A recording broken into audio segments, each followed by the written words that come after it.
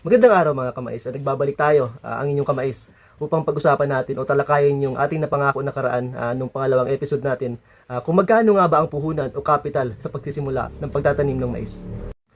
Isa-isahin natin mga kamais kung magkano nga ba ang gastos o puhunan. Ano-ano nga ba ang mga expenses o gastos na dapat nating paghandaan o isaalang-alang sa pagsisimula.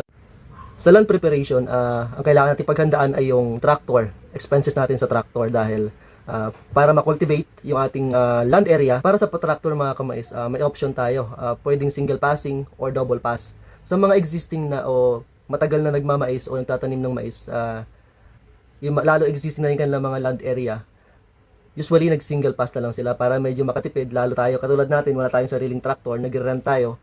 Ang gusto natin, ma-lessen yung gastos natin una-una sa tractor. Dahil ang single passing mga kamais ay 4,000 up to 4,500. Sa single passing lang yun.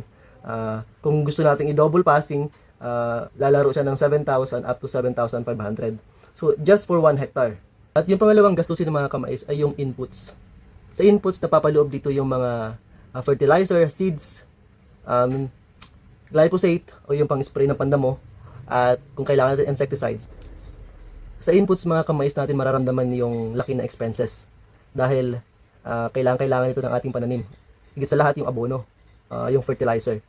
So magkano nga ba yung expenses sa inputs?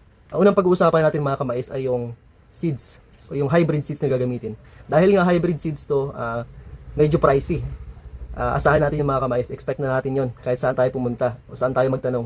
Ang pinakamahal na seeds mga kamais sa market ngayon ay yung Daycalb. Daycalb 8282S. Tandaan po natin yan.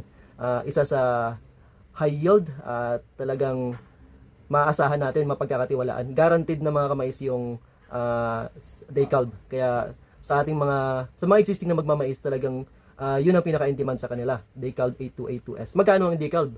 Ang Daycalb mga kamais nasa 6,700 up to 7,000.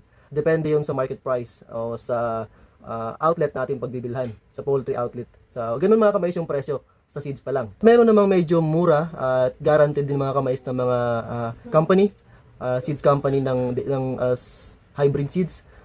Una dyan ay yung Syngenta. Meron sila mga VIPs ngayon mga kamais, mga bagong seeds ng Syngenta at Pioneer. Yun yung mga leading brands na nag-exist sa market at talagang mapagkakatiwala at maasahan natin mga kamais. So naglalaro yung mga presyo around 5,500 up to 6,500. Pangalawang gastusin mga kamais na inputs ay yung fertilizer o abono. Dahil ito yung pagkain ng ating hybrid seeds o ating mga mais. Magkano nga ba ang presyo ng abono sa market ngayon? Naglalaro siya sa 1,600 up to 2,000. Depende yun mga kamais sa mga sa pagbibilhan natin sa outlet o sa shop, sa poultry outlet natin pagbibilhan. So, ang isang hektarya, based sa description ng mga company o seeds company, at least 8 bags from side dressing up to top dress mga kamais. Yun yung kailangan nating abono. 8 bags hanggang 10 para makuha natin yung maximum capacity. Pero hindi naman yan nangyayari dahil unang-una, yung soil natin o yung lupa natin dito sa Palawan, lalo na sa Brooks Point, Southern Palawan, fertile pa mga kamais, matataba ang lupa natin. Napakaganda. So nakakatipid tayo. Tsaka lalo kung mga newly open o mga bagong bukas na area na talagang magaganda mga kamais yung quality ng lupa at nagtitipid tayo sa mga ganong area. At least siguro, minsan, ang isang hektarya, mayroon lang tayo na itatapon na 4 na bags hanggang 6 na bags. Hindi natin talaga binibigyan ng sobra-sobra dahil nga fertile pa yung area o yung land area natin. Yun yung mga kamais, yung pangalawang inputs na kailangan natin paghandaan. At bago ko makalimutan mga kamais, hindi ko nabanggit kung ano nga ba yung mga abono na kailangan natin sa pagmamais. Unang-una dyan, yung nitrogen, yung urea. Urea, 4600 at usually sa side dress, naghahalo tayo ng 1620. Yung phosphorus, nitrogen and phosphorus. And sa top dress, 1414 oil complete. Merong 14 na urea, nitrogen, 14% na phosphorus at saka 14% na potassium. So yun mga kamais, bago ko lang makalimutan. Isa sa gastos na kailangan natin paghandaan mga kamais ay yung glyphosate o yung pamatay damo. Weeding, pagpapatay ng mga damo sa ating mga maisan. Ano yung kilalang brand na ginagamit sa market ngayon mga kamais? At medyo mura pero quality. So sa atin, ang ginagamit natin mga kamais ay yung Shine. Talagang napaka-epektibo niya pagdating sa mais. At Siguro may yung ibang mga kasamahan natin gumagamit ng ibang brand, pero sa atin mga kamais, yun ang ating ginagamit. So magkaroon kayo ng idea. Magkano ang presyo ng Shine? Sa market ngayon mga kamais ay around 1,200 up to 1,300. Depende yun sa presyo ng pagbibilhan natin. At sa post-harvest mga kamais, gagastos pa rin tayo dyan. Unang-una sa harvester, o kung magpapatao tayo, papapitas tayo ng mano-mano, depende sa atin mga kamais. So sa akin naman dahil large scale farmer ako, hindi kakayanin kung mano-mano siya, kailangan natin ng harvester. So sa harvester mga kamais, ang binabayaran ko is 6,500 para lang sa harvester. Sa isang hektarya yon. So maliban doon, kailangan din natin paghandaan yung sako, yung empty sacks na paglalagyan ng ating mga mais. At bibili natin yan mga kamais dahil sa isang hektarya, at least siguro mga 100 empty sacks ang kailangan natin na i-provide. Yan ang kailangan natin paghandaan. So magkano ang presyo ng empty sacks sa market? Siguro ngayon, kung sa mga retailer outlet mga kamais, nasa 14 pesos up to 15 pesos yung empty sacks na ating pwedeng ma-avail. At maliban dyan mga kamais, hindi ko nabanggit yung labor. So isa yun sa pinakapangunahing gastusin talaga nating mga farmer. At magkano ang ating pwedeng magastos sa labor? So pag-usapan din natin yan mga kamais. Simulan natin mga kamais sa pagtatanim. Yung expenses natin sa mga laborer sa pagtatanim pa lang. So sa pagtatanim, kailangan natin ng yung guguhit. So kailangan ng tao doon na may kalabaw. So binabayaran natin ng isang tao sa isang araw ay 500 pesos. Depende sa atin kung gusto natin magpakain. Pero ako mga kamais, pamerienda, umaga at saka hapon. So yun yung aming napagkasunduan. Sa isang hektarya, at least kung gusto natin kuning matapos siya ng isang araw lang, mga 3 kalabaw na may tao na may kalabaw ang kailangan natin doon na para sa pagguhit lang mga kamais. At sa magtatanim, kailangan natin ng mga 6 hanggang 8 para matapos siya ng isang araw. At pangalawang gastusin mga kamais sa labor natin, syempre naitanim na yan. After 15 days, kailangan natin magpaabono. Kailangan natin magbayad din sa mga laborer sa pag-abono nila, sa papaabono natin. At kailangan natin siguro ng mga at least 5 katao, 5 katao mga kamais na mag-aabono para sa isang hektarya. At depende rin sa inyo yan kung magkano ang kalakaran dyan sa lugar ninyo.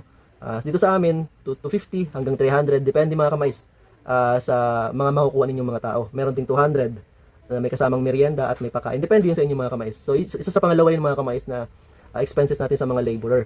At pangatlo riyan ay yung pagpapa-spray natin ng glyphosate. Siyempre, kung traditional farmer, siguro kung mga small scale farmer, pwede na tayo na lang yung mag-spray. Pero kung medyo malawak ang area natin, kailangan natin ng mga laborer. So, kailangan pa natin magbayad sa mga mag-spray natin ng glyphosate. At higit sa lahat, pagkatapos ma-sprayhan at ready na for harvest, kailangan pa rin natin ng mga laborer sa pag-harvest. Kasi yung mga harvester mga kamais na ginagamit ngayon, malaki pa rin yung kailangan nating gastusin sa pagpapapulot ng mga nalalaglag, nahuhulog ng mga mais at yung mga naiiwan. Kasi sayang kung hindi natin yan makukuha. So kailangan natin magbayad. At pangalawa roon, yung maghahakot sa tracking natin. From maisan, from the farm field, papunta doon sa in case na gusto nyong ibenta direct ng wet o yung bagong harvest, or gusto nyong ibilad muna, kailangan natin ng tracking o yung gastos para sa paghahakot ng ating mga mais. So depende rin yan sa kalakaran dyan sa area ninyo, sa lugar ninyo. At higit sa lahat mga kamais, kailangan natin din ng mga laborer doon sa pagbibilad. Alam niyo naman yan sa mga nagbebenta ng dry. At gusto natin kasi kahit papaano kumita tayo ng malaki. Kaya ang ginagawa natin, sa halip na ibenta natin ng wet, pinapatuyo na natin. Tayo na nagtutuyo nun. So kailangan natin, kung hindi wala tayong mapagdadala ng mechanical dryer, so tayo mismo yung nagbibilad. So, kailangan natin ng mga laborer na tutulong para sa pagbibilad. Siguro sa isang hektarya, kung makakakuha tayo ng 100 sako, kailangan natin ng at least 3 hanggang 5 tao para sa pagbibilad. At ang pagbibilad mga kamais ng hybrid corn, umaabot siya ng 2 hanggang 3 araw. Minsan hanggang 4 na araw. Depende rin yun sa panahon na ating pagbibilad. Kung maganda ang init, maganda ang panahon ng pag-init niya, at least 3 days para talagang makuha natin yung content ng moisture content ng mais na ating tutuyuin. So ganun mga kamais yung mga expenses. At ang kabuuan ng gastos mga kamais ay papakita ko sa inyo. Gagawa natin yan dito ng description. At naway nakatulong sa inyo mga kamais. Sa mga interesadong magmamais at gusto nyong magsimula sa mga baguhan, at nagkaroon ng interes, huwag kayong mahihiyang magtanong or mag-chat mga kamay sa akin. Yun naman pinaka-goal natin. Lalo-lalo sa mga bagong henerasyon, sa mga kabataan dyan na mayroon namang mga lupain na pwedeng tamnan ng mais at interesadong magsimula sa pagpa-farming, lalo na sa hybrid corn. In-encourage ko kayo magkaroon kayo ng interest dahil ito yung future natin mga kamais. Napakaganda ng oportunidad sa pagmamais. Depende na lang sa atin kung i-grab natin yung opportunity na yun mga kamais. At yun lamang mga kamais, sa sunod na episode natin, sa pang-apat na episode natin, pag-uusapan natin mga kamais ay yung pagtatanim. Bibigyan ko kayo ng mga tips. Hindi naman tayo expert pa, pero at least makapag-share tayo ng mga knowledge at saka information na kailangan nating i-consider sa pagtatanim. So yun lang mga kamais, hanggang sa muli, paalam.